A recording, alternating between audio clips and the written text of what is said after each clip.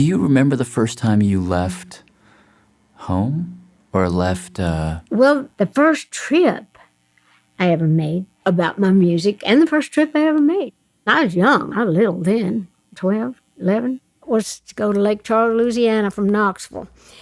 It was a long trip. They put us on a bus. Do you remember how that felt to be on that bus? Yeah, it felt, well, I liked the wheels. I remember loving the motion. So there was the studio there, and so Uncle Bill thought I should come down there and make a record. And, I saw Spanish moss for the first time. I thought it was the strangest, most wonderful, mysterious thing I'd ever seen because it was so different. That swamp and those cypress trees in the drive. I just remember that's the first time I ever seen like the sand and the beach and the ocean. First true love, too. It was my first record, and I got a crush on Johnny, little Johnny. His daddy owned the Gold Band Records in that studio, and he was so pretty and brown. Never seen a boy so pretty. And that's the first time I also had a banana, and I loved them. Then I wanted a whole bunch of them. Then I got sick on them. It was just a whole bunch of feelings that I still remember like it's, just like it was yesterday. And so now, you've been gone for so long, over 50 years. Where do you actually live? Well, I'm like Santa Claus. I'm everywhere at the same time. Actually, I live everywhere.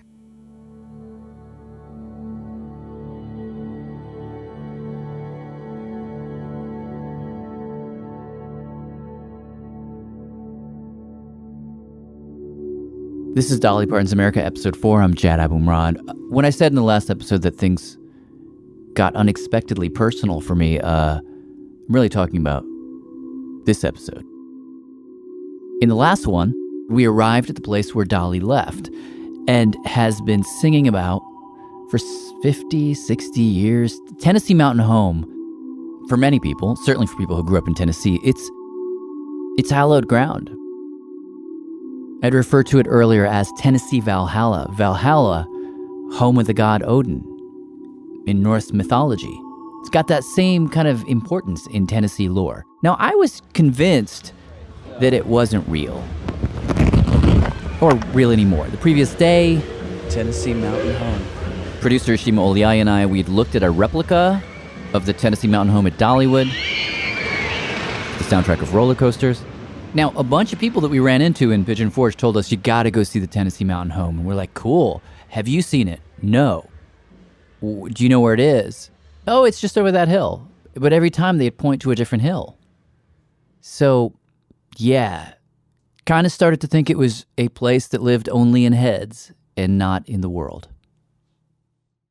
But then... No! Are you gonna take us? To recap... Oh my God, yes! Ryan Seaver, Dolly's head of security and nephew, picked us up at Dollywood, drove us up the backside of a mountain, down an unmarked dirt road. Oh, wow. And into Tennessee Valhalla. So we'll pick things up there.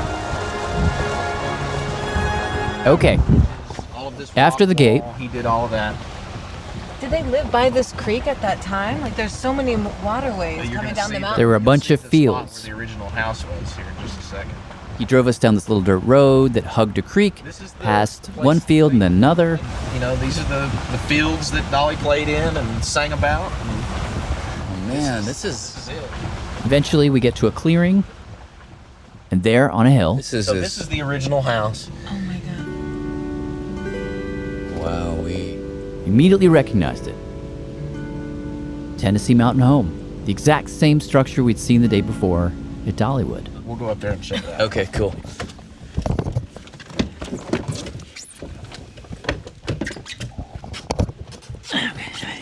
Up on the hill ahead of us was a little gray shack, sloping tin roof, front porch, 2 rocking chairs on the porch. Oh, did you say watch out for snakes? Okay. What kind of snakes would be up here? King snakes mostly, they won't hurt you, but there's rattlesnakes, timber rattlers around here. Oh, wow. Copperheads in the creeks. Just adds to the experience. Oh, yeah. No, you're real country now. We walk up the hill towards the house. Back when Dolly bought the property in the late 80s, somebody had been living there, but the property had fallen into complete disrepair. The foundation was there, but not much else, so they had to kind of build it back up from memory. So technically, if you want to split hairs, this is the reconstructed, semi-original house that the Dollywood copy is based on. But what makes this one utterly different is where it is. There are no crowds. There are no roller coasters. It's just a house on a hill surrounded by forest. Tiny house, surrounded by these 100-foot-tall pine trees, just gigantic. It's funny, I've heard her say in a million interviews, we grew up right Right at the foothills in the Great Smoky Mountains. at the base of the Smoky Mountains, and here we are, and it's exactly as she says. It's it.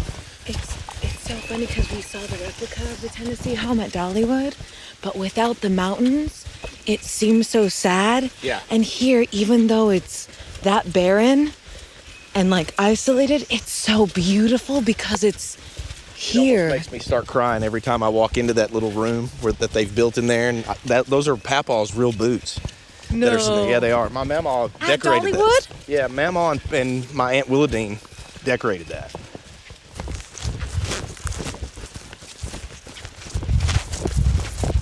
So this is the back of the main house. Okay. When we got to the top of the hill, Brian sort of walked us around the back of the house. Again, just a gray shack. And my mom has my key to this. Okay. Oh, you all right? Yep. Yeah. All good. Victory. That was the sound of Brian almost slipping on the moss that surrounded the house. Feel this moss. It's like carpet. it's so soft. Oh my God, this this moss is like the moss it's literally like walking on the sponge of the earth. and the color of the moss is kind of otherworldly. It's almost neon. Yeah.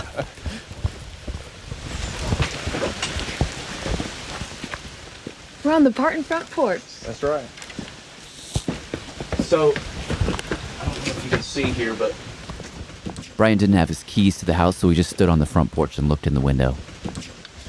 inside, you'll notice that all the walls are wallpapered with newspaper. Yeah. So newspaper was the primary way of decorating your wall. If we looked inside here, would we see what we see and when we go to Dollywood and look in there? It's more creature comforts. Gotcha. Through the window, we could see a sofa, bearskin rug, maybe a TV. You guys live here though, so like when you stay up here, you actually Yeah, we stay in this right house. there. So it is very livable. Absolutely. Well, Brian pointed off in the distance behind us. Over there, on top of that hill, is where the schoolhouse is. You walk up that trail. oh man, these bugs. Brian ended up walking us up there, up that second hill that he pointed at.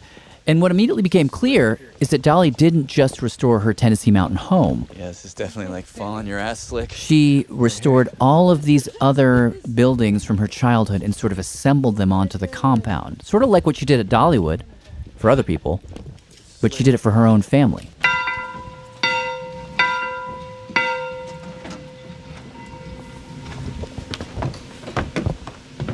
He walked us into Oh man.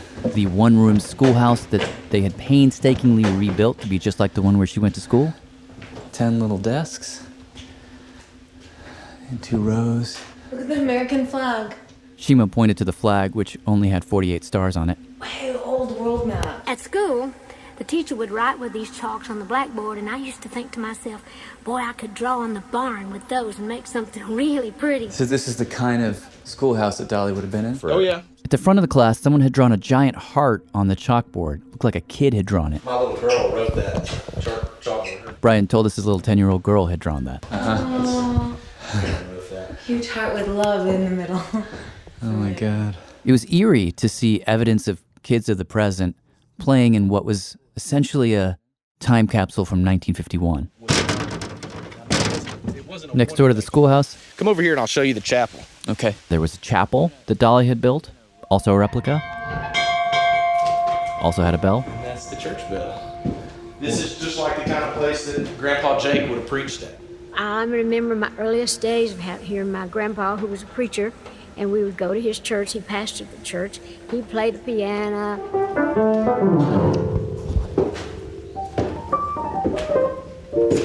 And he'd sing or he'd play the guitar. Yep. Who's all this for? Do you guys ever use it? There's been numerous instances of the family being in these buildings, and weddings and funerals and, get-togethers and graduations. We go. Walking around the property, it was the experience of being in many different time flows at the same time.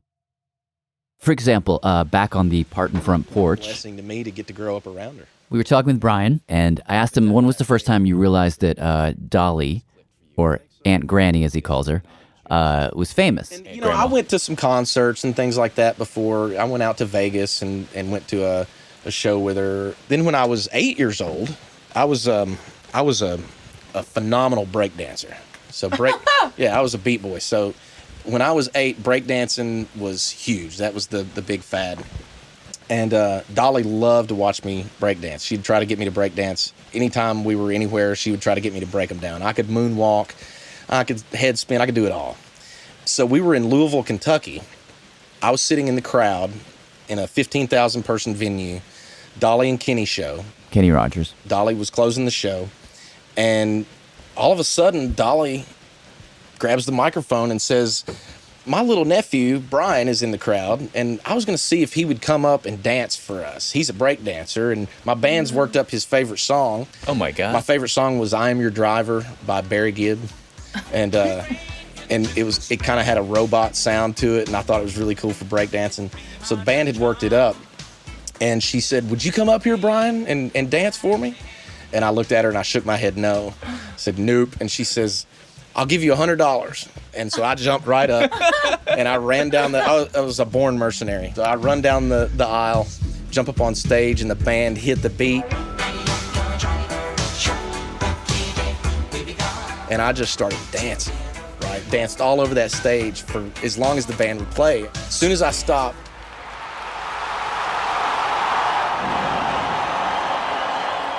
15,000 people jumped on their feet. I got a standing ovation. Kenny Rogers and Dolly didn't even get a standing ovation that night, but I did. Oh my God. It was hugely epic. I was on the front page of the Louisville Times the next morning.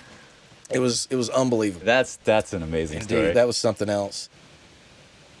After touring the grounds and sitting for a while with Brian on the Parton front porch, I think what I'd love to do is just capture like about 2 minutes of just the sound of the space, and then I'll join you guys. Yep. I left Shima and Brian and sort of wandered around for a bit.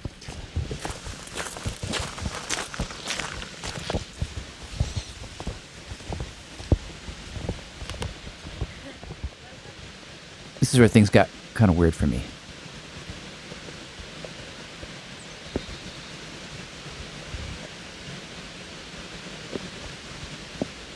It was raining a tiny bit, but there were all of these yellow butterflies doing loop-de-loops in the air.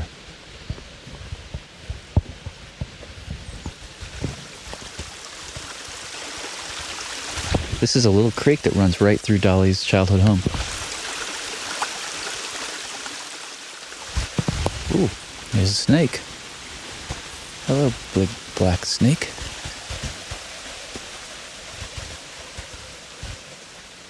I spent maybe 10 minutes just kind of wandering around, half expecting a bear to come stumbling out of the woods. There were bears all over the place. There were bears just running around everywhere. And bears aside, the whole time, I couldn't shake this feeling like I had been here before. Like it was something like deja vu, but not quite. Maybe more like a rhyme, the way that one memory rhymes with another. When my producer Shima came and got me and was like, "What the hell, man? Let's go." I mentioned it to her. Do you want to know something crazy that I was thinking about? Driving up here, it was exactly the feeling of driving up to my dad's old village in the mountains of Lebanon. Oh my These God. tiny little streets. The memory that kept intruding was from almost exactly 20 years earlier. I'd gone to Lebanon with my dad for a wedding. This is when I was just getting into recording, so I had my recorder with me everywhere I went.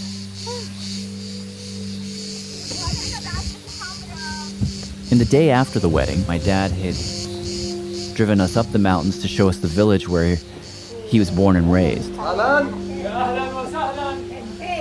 little village called Wadi Shahrur. This little enclave where literally half the village has our last name. It's high up in the mountains, actually the exact same elevation as the mountain where Dolly lives. The air sort of has that exact same kind of thinness to it. And when we finally got to see his house, it looked a lot like Dolly. When I saw her house, I told him about it later. it reminded me instantly of your house in Wadi. Is almost identical like Dolly. There was one bedroom. We were 5 kids and 2 parents. And so you put your floor mat and you sleep side to side. And when you wake up in the morning, you stack the floor mats in the corner. So 7 people in one room? 7 people in one room. Jesus, how did you even sleep? You sleep, you learn. God. Tell me who you are, just so I have your introduction. What do you mean? I'm Naji Abumrad. I'm your father. And what do you do when you're, what do you do otherwise? Right now, I'm a professor of surgery at Vanderbilt, and I didn't expect to want to put an interview with my dad in an episode about a visit to Dolly's Tennessee mountain home. But as I mentioned at the top of the series, I really couldn't have even done this series without him. Can I ask you a personal question? This is something I've always been curious. How personal? No, it's more personal, but for both of us, I guess. I've never understood. How did you meet my dad? Well, your dad was, first time I met him was years and years ago. I was having some health problems, and then I didn't connect with him again until my friend Judy and I had a wreck. Dolly Parton suffered a few minor injuries in a car crash in Nashville on Monday. Several years back. Police say she was riding in an SUV that was hit by another vehicle. And so when they rushed me to the emergency room, he came to the emergency room, and then after that, we just kind of... They became friends. Friendship. That's cool. He's a good man. I feel like I have to be completely transparent about this. Now, I had always been really tickled and a little bit confused, like what could they possibly have in common? But then seeing how similar his house looked to hers, and then also thinking back to something she had told me in one of our conversations. I don't know how all you know him, but you can never know your parents like other people do. Making a long story short, I decided to ask him some questions, and it turned out she was right.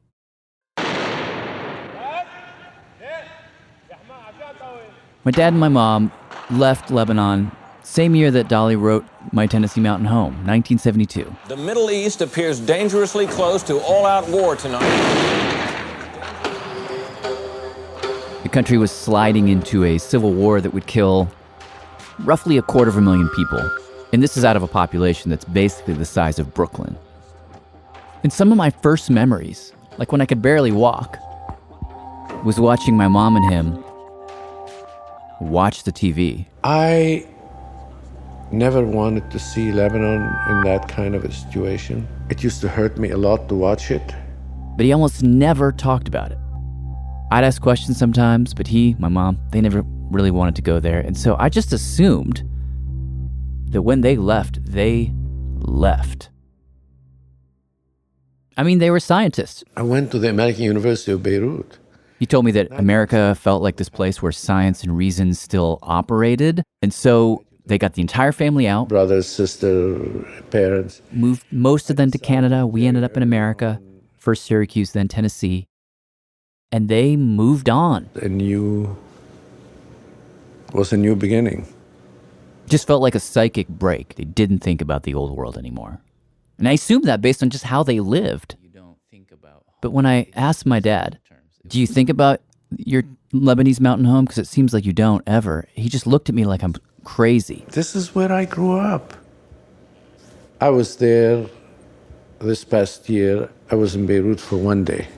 I came from Dubai to Beirut on my way to the States. I got into the hotel at 10 o'clock in the evening. I took a taxi from the hotel, drove me through the village, stopped by the house, looked at it, I felt so comforting.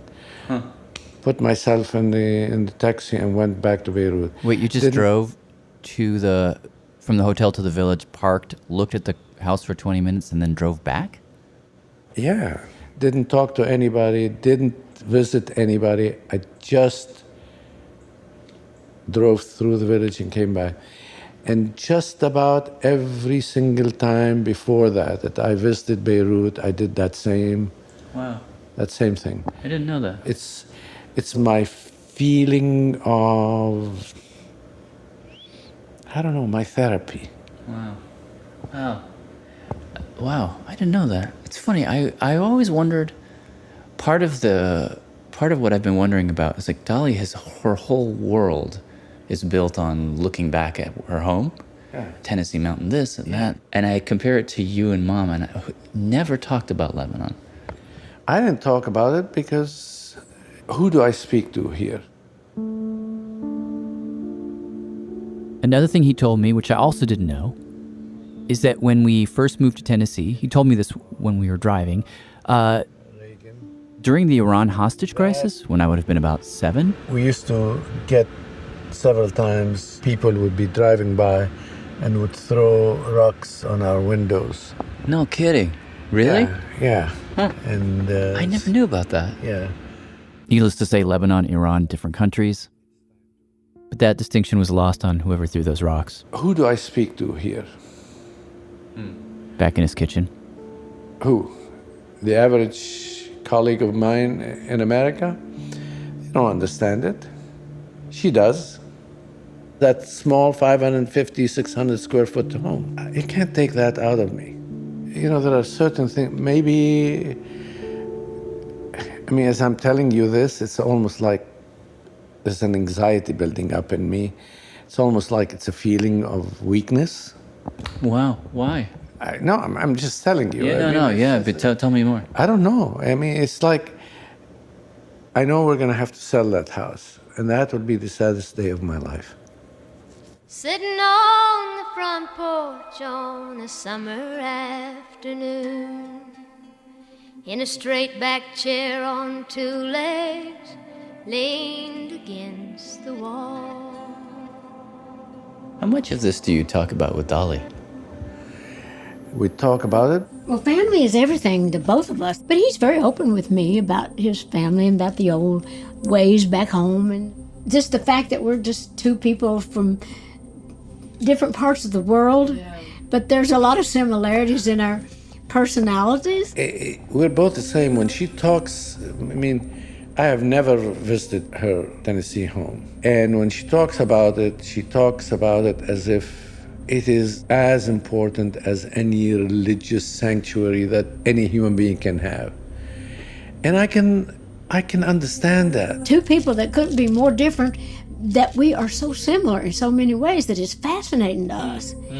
And there's something similar there? There is, and we talk about that. I can't explain it. It doesn't even need to be explained. It's just like how you meet people in your lives, you just click, you just feel like you know them. There's just some things that, you just can't explain it. You just be it. You just live it. You just know it, and you just feel it.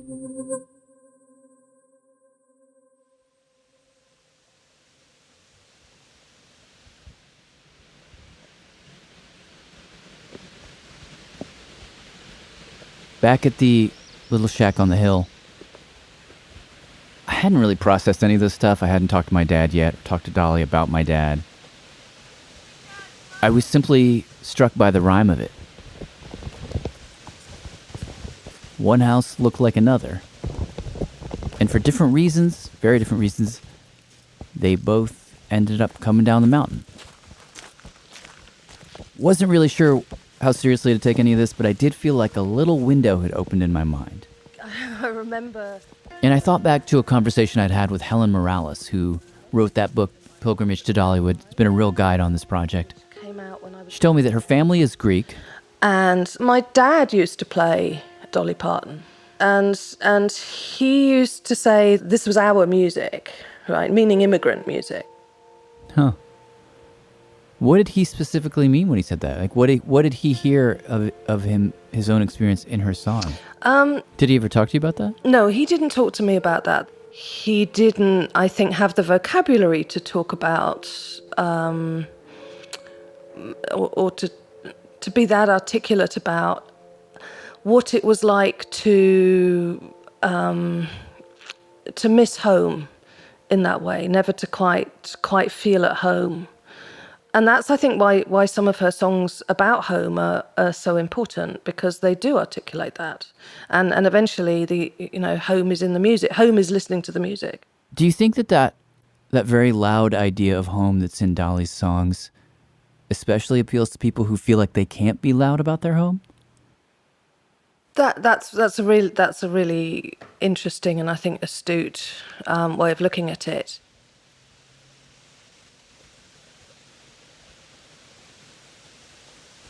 In any case, I kept thinking about that conversation, specifically the moment where she said Dolly Parton is immigrant music. I wondered, how deep does that idea really go? Coming up, I follow that question into an entirely different understanding of Dolly Parton's music, country music in general, and how I and all of us fit inside it. Dolly Parton's America will continue in a moment. I'm Jad Abumrad. This is Dolly Parton's America. Okay, so that phrase from author Helen Morales. This was our music, right? Meaning immigrant music. Filled me with all kinds of questions, which then... Have we started? Yeah. Okay. Led me to talk to this woman. My name is Rhiannon Giddens, and I'm a musician, songwriter, composer now, I suppose, and all-around person at the party that you don't want to talk to because all she talks about is slavery and the banjo. Now, the banjo is an interesting case study. Rhiannon, if you know anything about her, if you saw her on the Ken Burns special, if you know her music, you know that she plays the banjo, clawhammer style, really well. George Buck is dead. Last word he said, don't you put no shortening in my bread. But she didn't always. The very first memory I have of really thinking about how awesome clawhammer banjo is was actually on a Dolly Parton song. No kidding. Yeah, it was her second bluegrass CD, the Little Sparrow. Or was it the third one? I can't remember. Anyway, it was the Little Sparrow. And there was that little end part of Marry Me. At the very end, it goes into this little old-time jam for like literally 5 or 10 seconds. And that was always the moment I was like, oh man, that jam is so cool. But she says when she finally started trying to get in on those jams, pick up the banjo herself and sit in, as a black woman. At the beginning, I kind of was like, well, can I come in here? Can I play this music? It's not like I'm just kind of sneaking in here and I'm the fly in the buttermilk, as they say, at these gatherings, and feeling like I had to ask permission. And I never had to ask permission. Take the banjo itself, she says, the true history of the banjo itself. This is something that I think collectively we're just starting to kind of reacquaint ourselves with. I mean, largely, I think, as a result of people like her bringing it back to light. But consider the banjo. You hear just a couple notes on the banjo and it immediately conjures a picture of, white mountain man, East Tennessee, maybe West Virginia. But the banjo's roots are in West Africa.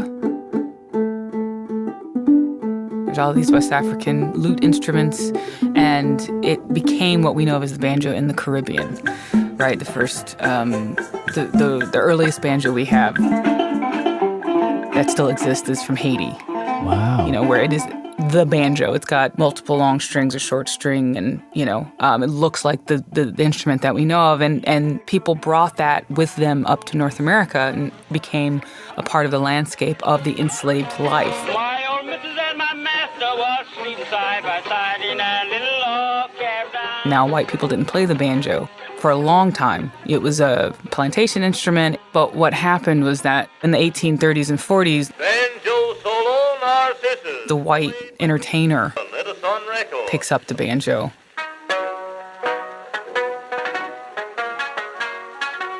And from there, she says, you have an inexorable march that included 60 years of minstrelsy, the deliberate segregating of the recording industry, and the end result is that by about 1930, the banjo, which came into America as a black instrument, was suddenly solely associated with white culture. And so then you start seeing, oh, let's go back to the days of the old barn dance. This clean white American music, which is a total fabrication. This is the hidden history of country music. Rhiannon has really sort of led the way in bringing that history back to light by continually talking about it, and of course, playing in bands like the Carolina Chocolate Drops. It's a band she started with two other black musicians, Justin Robinson and Don Flemons, where they played straight-up Appalachian folk music. But what really tripped me out, kind of expanded things for me in terms of not just thinking about the Tennessee Mountain Home, the TMH, and its relationship to my dad's LMH, but just what music is at its core. Well, it's when I heard this one particular song off her latest album.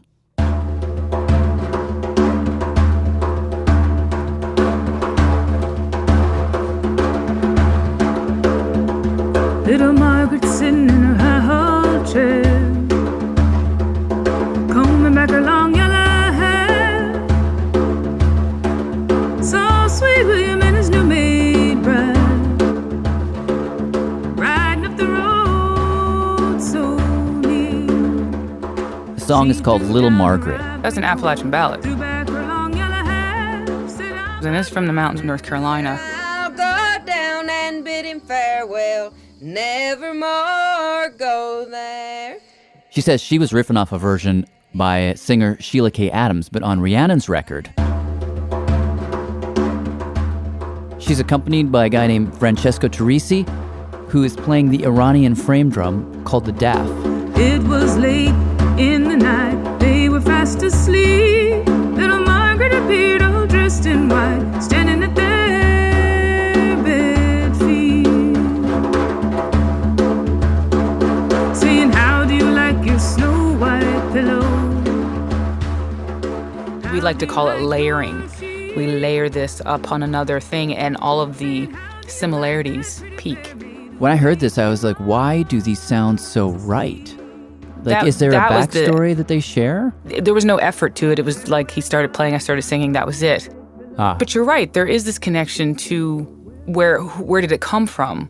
And my whole thing is, just as within America, there are these connections that we have simplified and erased to our detriment, connecting an Appalachian ballad that was begun as an English ballad, but then what happened? Where did the English ballad come from?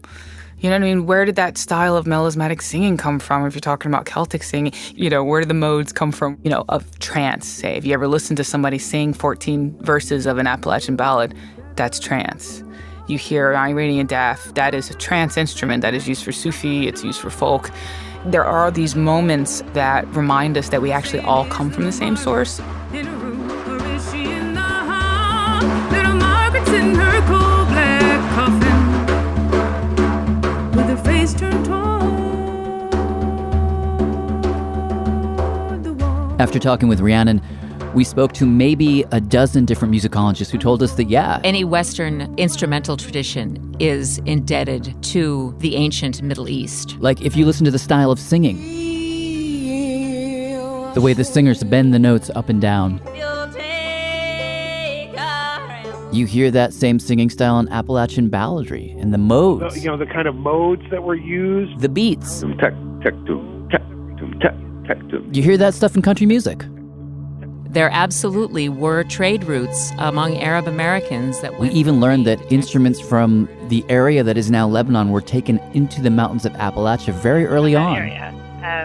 And some people told us the banjo? The banjo also, all these complex lutes, whether from Europe or from Africa, all can be tied back to the Middle East. And to be honest, a lot of what we heard was sort of exciting. It was like, yay, go team, but also kind of reductive. Origins are really hard in music. Like when you talk origins, it becomes a conversation about who owns it. But in fact, one of the big movements right now in music history is to not do origins. Because when you actually look at how people were actually living, there was just too much mixing. I think that sometimes we give ourselves too much credit for having entered the age of globalization. And when we study history, we see how incredibly globalized people have been for so many centuries. Take a whaling ship from the 19th century that might have sailed the Indian Ocean. A ship like that might have sailors from the UK, from US, Portugal, Germany, Scandinavia, Indonesia, Malaysia, Hawaii, New Zealand, Tonga, Australia, the Cook Islands, all of them with different instruments. And they're jamming because they're bored. They're teaching each other songs, exchanging instruments. How do you boil that down to one simple story? We have this desire to reach beyond where we live, and we have this desire to reach beyond who we are and who surround us. That, to me, is the interesting story. The human story is about migration. You know, it is about movement. It is about, you know, one group moves from A to B, and in that they affect and they are themselves also affected. You know, and whether it ends up in America, whether it ends up in, you know, Lebanon or whatever, it's always a story of who came through, where did we go, where did we come from.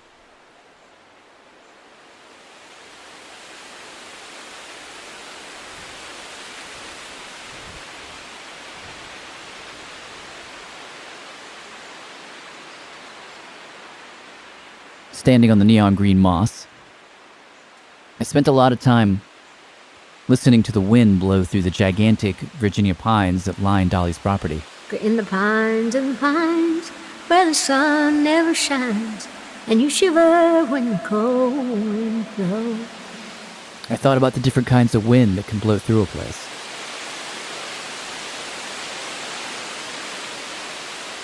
And how music is the way we accompany ourselves as we blow across space and time.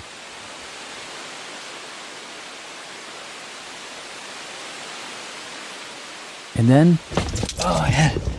Oh my goodness. We got back in the car with Brian. I know it's high.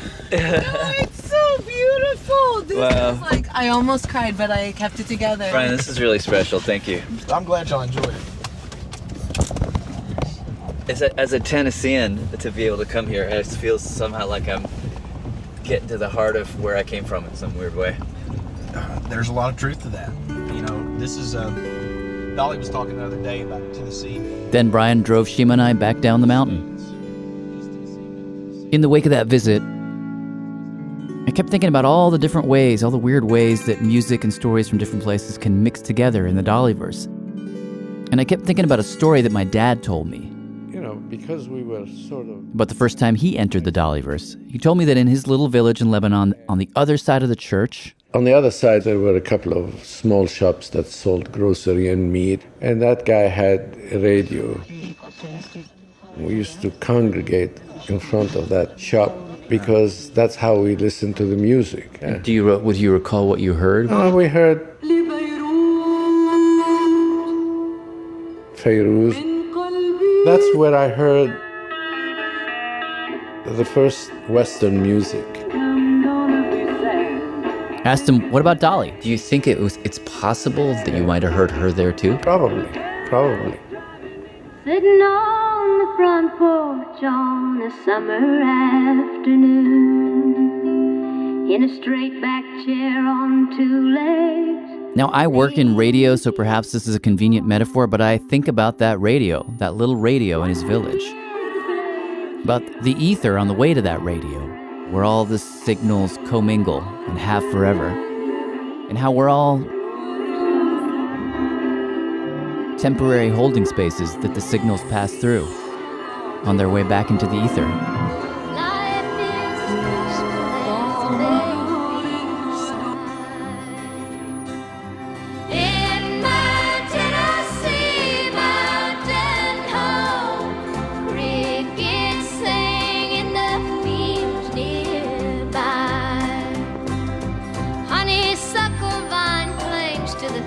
Along the lane, their fragrance makes the summer wind so sweet.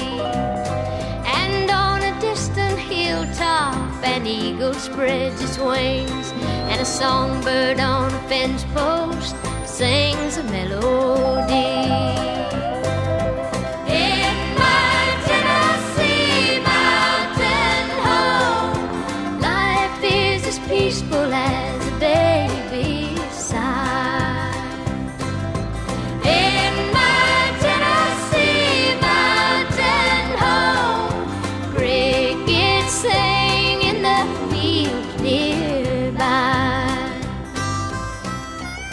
Dolly Parton's America was produced, written, and edited by me and Shima Oliaee, brought to you by Awesome Audio, that's OSM Audio, and WNYC Studios. We had production help from W. Harry Fortuna, original music from Rhiannon Giddens, Fairuz, and Dolly Parton, of course. Big thanks to the academics we spoke with in that section about instruments traveling around the world, Ben Harbert, Revel Carr, Ann Rasmussen, and Lucas. Special thanks to the folks at Sony and Melissa Cusick at None Such Records, Lynn Sacco, David Holt, Francesco Teresi, Ann Warden, Helen Morales, Sam Shahi, David Dotson, Lulu Miller, Susie Lechtenberg, and Soren Wheeler. And thank you, of course, to my dad. You rock. I love you. We've partnered with Apple Music to bring you a companion playlist that will be updated each week with music that you'll hear in this episode, plus some favorites we'll throw in, and you can find all of that at dollypartonsamerica.org. I'm Jad Abumrad. Thank you for listening. Coming up next week, as Dolly's reach has expanded and expanded to talk to so many different kinds of people, sometimes the conversations get tricky. You know, it's like everybody's arguing about religion, or they're definitely arguing about the politics. And I said, can we just stop? Stop, don't do that. We don't need to talk about that now. Politics. That's next time on Dolly Parton's America.